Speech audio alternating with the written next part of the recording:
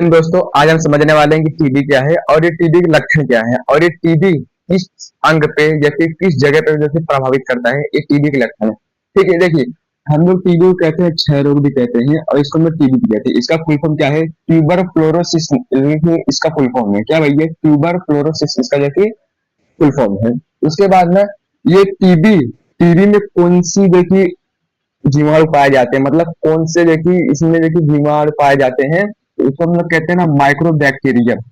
ये micro bacteria इसलिए ना क्योंकि ना हम लोग को ना अपने आंखों से दिखाई नहीं देता है। इसको जब भी हम लोग देखेंगे ना तो उसके लिए ना हम लोग को ना माइक्रोस्कोप की जरूरत पड़ेगी। ठीक है।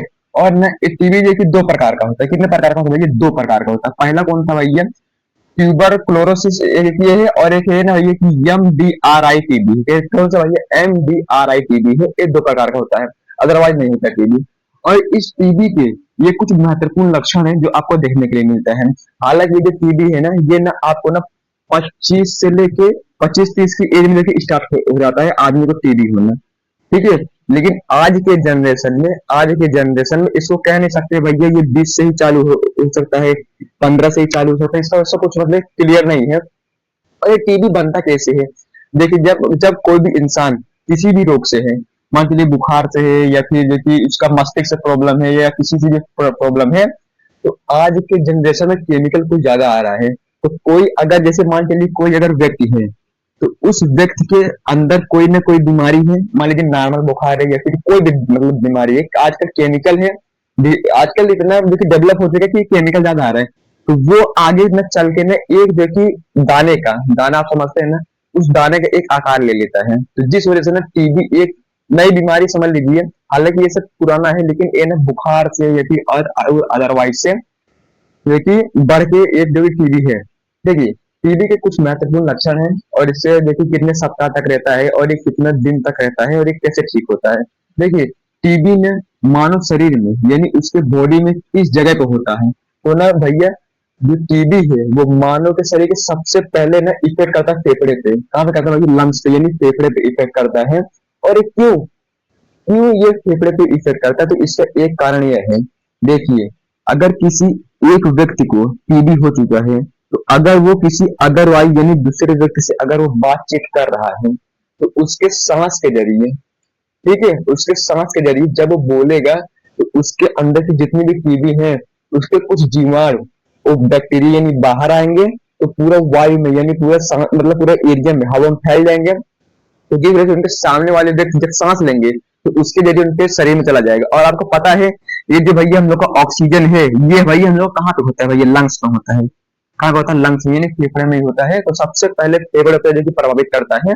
उसके बाद ये ना धीरे धीरे शरीर के किसी भी हिस्से पे देखिए प्रभावित कर सकता है, दिमाग पे या फिर किसी भी तंत्र पे ये कहीं भी देखिए इफेक्ट कर सकता है। अब देखिए अगर किसी व्यक्ति को, अभी हमने क्या बताया, अगर किसी व्यक्ति को देखिए टीबी है, क्या भैया टीबी है, तो वो ना अगर वो खांसता है या बोलता है या फिर गाना गाता है तो जिस वजह से ना उसके जब मतलब मुंह खुला रहेंगे तो जिस वजह से बैक्टीरिया या फिर ये जो जिसके जीवाणु है वो ना खुले आसमान में या वायु में देखिए वो चले जाएंगे, जिस वजह से ना सामने वाले व्यक्ति को हो सकता है टीबी। ठीक है। उसके बाद इससे कुछ लक्षण देखते हैं। क्या भैया टीबी होने वाले व्यक्ति के कुछ लक्षण देखते हैं। उनको भैया खांसी होगा, बुखार होगा, उसके बाद थकान, वजन कम हो जाएगा। उसके बाद रीढ़ की हड्डी पे जो कुछ प्रभाव, मतलब रीढ़ की हड्डी पे कुछ प्रभाव क्या पड़ेगा, मतलब वो ऐसे झुक जाएंगे, मतलब उनकी रीढ़ की हड्डी टेढ़ हो जाएगी, मतलब झुक जाएंगे, उनके पास उनकी ताकत नहीं रहेगा, वो स्ट्रेट खड़े हो सकते हैं। उसके बाद में मस्तिष्क पे असर करेगा, तब भैया ब्रेन पे असर करेगा। तो ये चीज 3-4 टॉपिक जो है मतलब जो कि है प्रभावित। अक्सर आप कभी भी ना बुढ़े लोग को देखते होंगे, मतलब जिनका देखिए एजेड लोग हैं यानी जो सीनियर सिटीजन है, उनको में ये एक रीढ़ की हड्डी है, उसके बाद एक थकान और एक वजन, ये सब ज्यादा देखने को मिलता है और एक खांसी भी देखने को मिलता है। ठीक है। तो ये सब हाईएस्ट देखिए रोग है, खांसी, बुखार, थकान, वजन कम, रीढ़ की हड्डी और मस्तिष्क। ठीक है।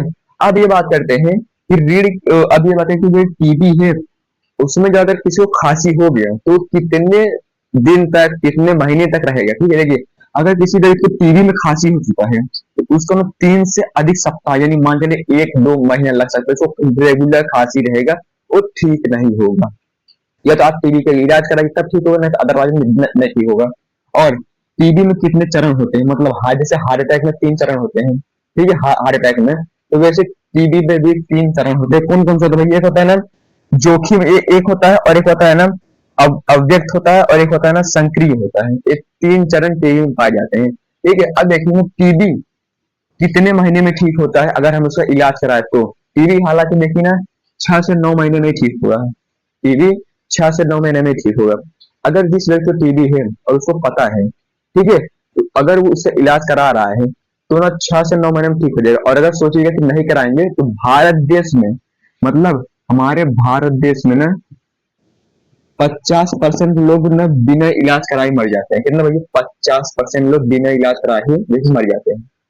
इसका इलाज का ये है कि एक स्पेशल डॉक्टर आते हैं, तो वो लोग इसका मतलब कि इलाज करते हैं टीबी का। 50% लोग देखिए बिना इलाज कराए, क्योंकि उनको पता ही नहीं चलता कि वो टीबी और नहीं है। और टीबी लार से, यानी जो आपके जीभ में जो लार है, जो थूक है ना, उससे चेक होता है कि आपको टीबी हुआ है। उससे देखिए, तो देखिए माइक्रोस्कोप से देखिए माइक्रो बैक्टीरिया नामक एक देखिए जीवाणु है, वही देखिए टीबी में पाया जाता है। तो हमारे लार से चेक होता है कि भाई किनको टीबी है या नहीं है। ठीक है, तो उम्मीद करते हैं दोस्तों को टीबी समझ आया।